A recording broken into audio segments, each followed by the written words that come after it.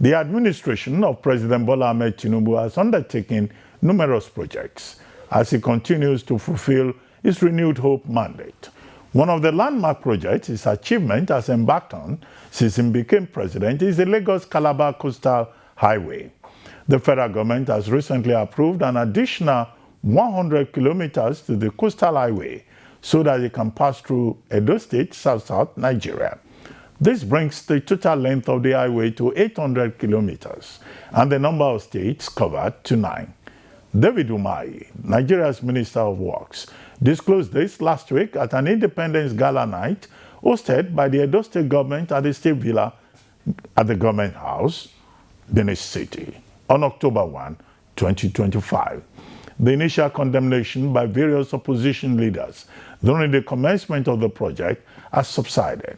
We've seen some opposition party members openly throw their support for Tinubu's second-term bid.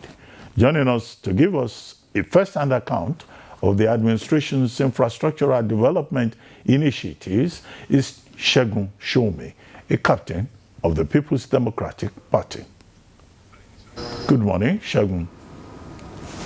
Good morning. Yeah, Doctor, good morning. How are you getting ready for your 60th? Here are you. Good morning. Congrats on the twins. Thank you. Rufy, my man, good morning. It's nice to be here. Morning, sir. Thank you. You're welcome. Well, Chief Segun Sowunmi, it's very good to see you now on the screen here to defend President Bola Ahmed Tinubu, whom you have spoken glowingly about in some other circumstances. And now, you know, we're talking about infrastructure development, and you have been quoted around here to say that indeed that paragraph in President Tinubu's 60th Independence Anniversary address is something to be applauded. Maybe you have been misquoted, but the main thing is Lagos-Calabar Coastal Highway and infrastructure development. Are you impressed with the infrastructural development efforts of the administration, or you have certain misgivings? Well, thank you, Doctor. Let me put some context to it, because sometimes in this country, people can easily tie everybody with one brush. I have by no means joined his government, and I'm not speaking for him. What had happened in this particular instance is that I had sat in one of the salons in Abuja having a haircut, and I listened to the agony of some young people talk a lot about the Maraba Road. And I then said, okay, maybe I'll ask. And I sent a text to the minister to say, sir, I would like to give you some feedback and ask you some questions. He phoned up and then said, oh, he was on his way out of town, but if I didn't mind, we could reschedule. Then he changed his mind and said, would it even be okay if I came to Lagos to look at the coastal road? Since he's aware that I've been screaming about the Sokoto-Badagry road because of his, significant importance. And I said, okay, why not? We could do that. And then he said, you may come with 2 or 3 other people that you think would also be able to add value or at least see things. So at that point in time, I decided, okay, why not if not?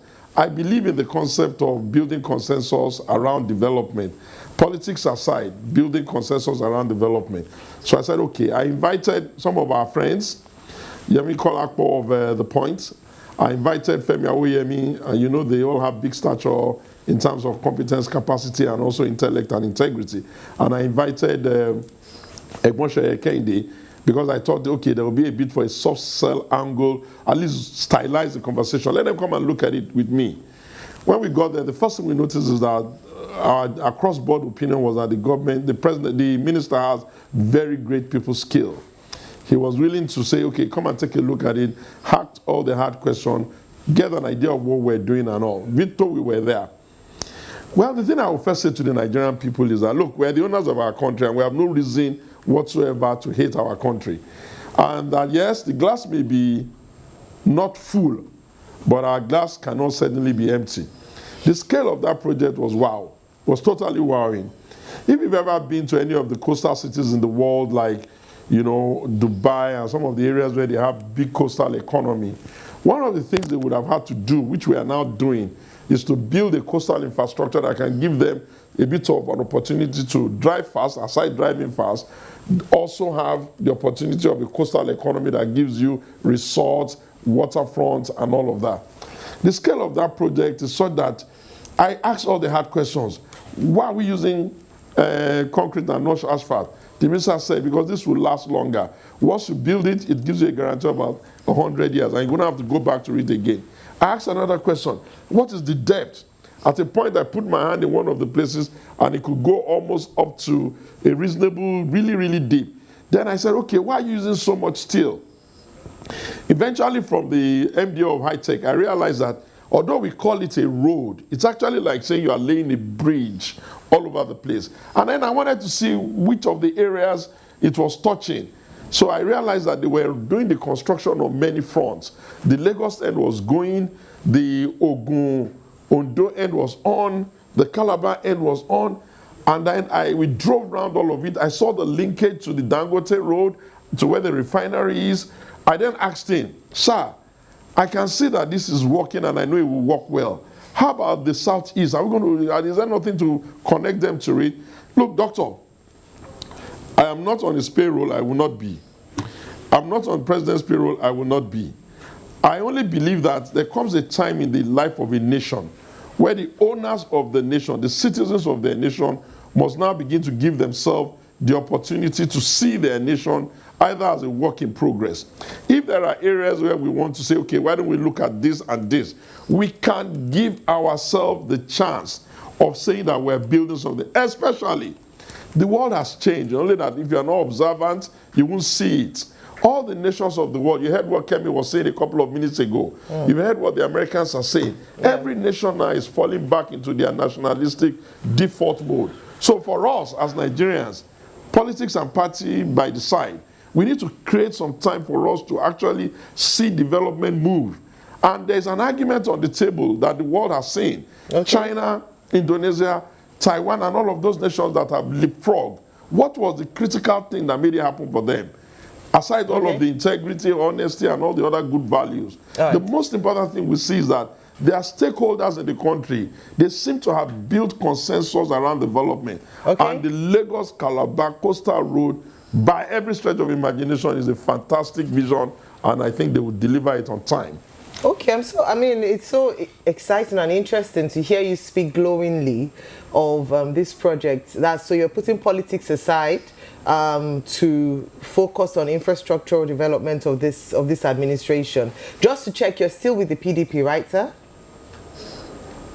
Absolutely, absolutely. So is this your view? Is it personal or the view of the party as well? That politics aside, this administration. A couple of months ago, I created a platform a couple of months ago called the Alternative Movement. I created the Alternative Movement because I began to believe very strongly that we weary ourselves in this country with our own self-hate and self-denial of some of our little effort. And then I decided that why don't we look for a middle ground? If we see something we need to be improved, we'll bring it to the notice and we'll say this must be improved. But if we see what we're doing that we need to scale up and continuously work on, we do. Look at the Sokoto-Badagry Road. It's ironic that that road has been on the pipeline since 1979. That's about 46 years ago. All right. If we had been building consensus around development, that road would have been done. Okay, thank you. So how about the criticisms? I know you've come out to speak about the positives. Some of the criticisms of the Lagos-Calabar Coastal Way. I mean, we've talked about the cost, that it is exorbitant. I mean, you look at how much per kilometer is being spent, about 4 billion conservatively per kilometer. We've also looked at the environmental impact and the compensation or lack of for people whose lands had to be taken in order to pave way for the road, especially investors in Diaspora and even in Nigeria who lost their investment without much compensation. So I hear you for the infrastructure, but how about the way in which it was done and some of the criticism around cost of the project itself, maybe misplaced priority in light of the other things that happened? Thank you very much. One of the things that happened during that One of the things that happened during that trip was that area where some woman had said she had put in some infrastructure to the tune of $250,000 or $1 million and all that was one of the places where I wanted to see. First of all, to find whether there's evidence that there was infrastructure there. Secondly, to find out evidence whether by the normal rule of what you call the median rule, the direction between the median and the, what you must set back, and of course, the Land Use Act. I wanted to see whether she had really been infringed or she had been treated badly. Look, we must be careful not to believe that all the countries we go to don't sometimes go through reformation. Anyone who knows Britain a bit and knows the Peckham, Camberwell, Brixton area will be amazed at how it has been renewed. For every renewal and any urban renewal to take place, it has to take place at the cost of some, pushback. And when you're pushing people back, what you want to do is you want to make sure that nobody is taking advantage of government to make demands that are unjustifiable, unquantifiable, and unreasonable, almost bordering on fraud. I saw that. There was nothing there. And I think what they need to really do is actually charge her to court or get the people that she has taken money from in Europe to put her on the cabinet and take her to court to come and justify what she did with whatever money she claims she has done there. But that's that. The second thing I saw was that, you see, we must be careful not to assume that all of our glamorization of corruption in our country has not been the reason why everywhere we go we don't want to see value. I asked him a question while we were there. I said, how are we going to fund this? I hear we're getting carbon credits. In terms of environmental impact assessment, I said, okay, what about the environmental impact assessment? And then High-Tech said, we were the ones that did the Eco-Atlantic City, and it's standing, and nothing has happened to it. So this same technology is what we're doing. So don't worry, the environment, it will stand for the number of years it's meant to stand. Then I asked another question, how are we going to fund this? This is expensive. And then they said, okay, I don't know what, I can't put it in exact word, but there was something to the effect that once they do one part, IFC, with their own scrutiny and all that, gives them back the money of the ones that they've done and they've justified. I also found out that, yes, when you compare it to the global average of how much they are doing coastal roads, perhaps ours is the cheapest. But you know what I always say to people? Let us accept that while they are in charge, we can't be the one auditing them on the job. Our duty is to insist that that which they say they want to do gets done. And then it will be the duty of some other people to audit them and be sure that they have not shortchanged them. And if they have, there will be more than enough rules in our laws in our book to punish them. But you can't insist that nothing will be built only because you're afraid that they're taking money. That's madness. Mr. Segun, great to have you. You said we should audit them. But when we try to audit them, another group of people will come out and say we shouldn't do our jobs. I asked the minister on this same show you were sitting on, what's the cost per kilometer? He struggled before he told me the answer of the cost per kilometer. And I wanted it for every kilometer. That's the auditing that we're talking about. We talked about the drainage of the coastal road. We talked about people that their lives were destroyed. Take, for instance, you said they should charge the woman to courts. And I shudder. Because, Mr. Sowunmi, you don't have the facts of the case. Do you know that Minister Umahi violated court order? Do you know that there's a court dispute in the Federal High Court, FHCLAMC 1803-2024, which centers on allegation of trespass, and a least key defendant, including the Ministry of Work, Federal Ministry of Work, High-Tech Construction, Commissioner of Justice. She describes the minister's action as a blatant show of disregard for the rule of law and abuse of power. So the same woman has said they should charge to court. She already charged them to court from Winhomes, and they violated the court order. Secondly, what is the accountability threshold of all this project? Look at the East-West Road, still largely in very bad shape. These are the questions we keep asking in this country. We can't just push it away just like that.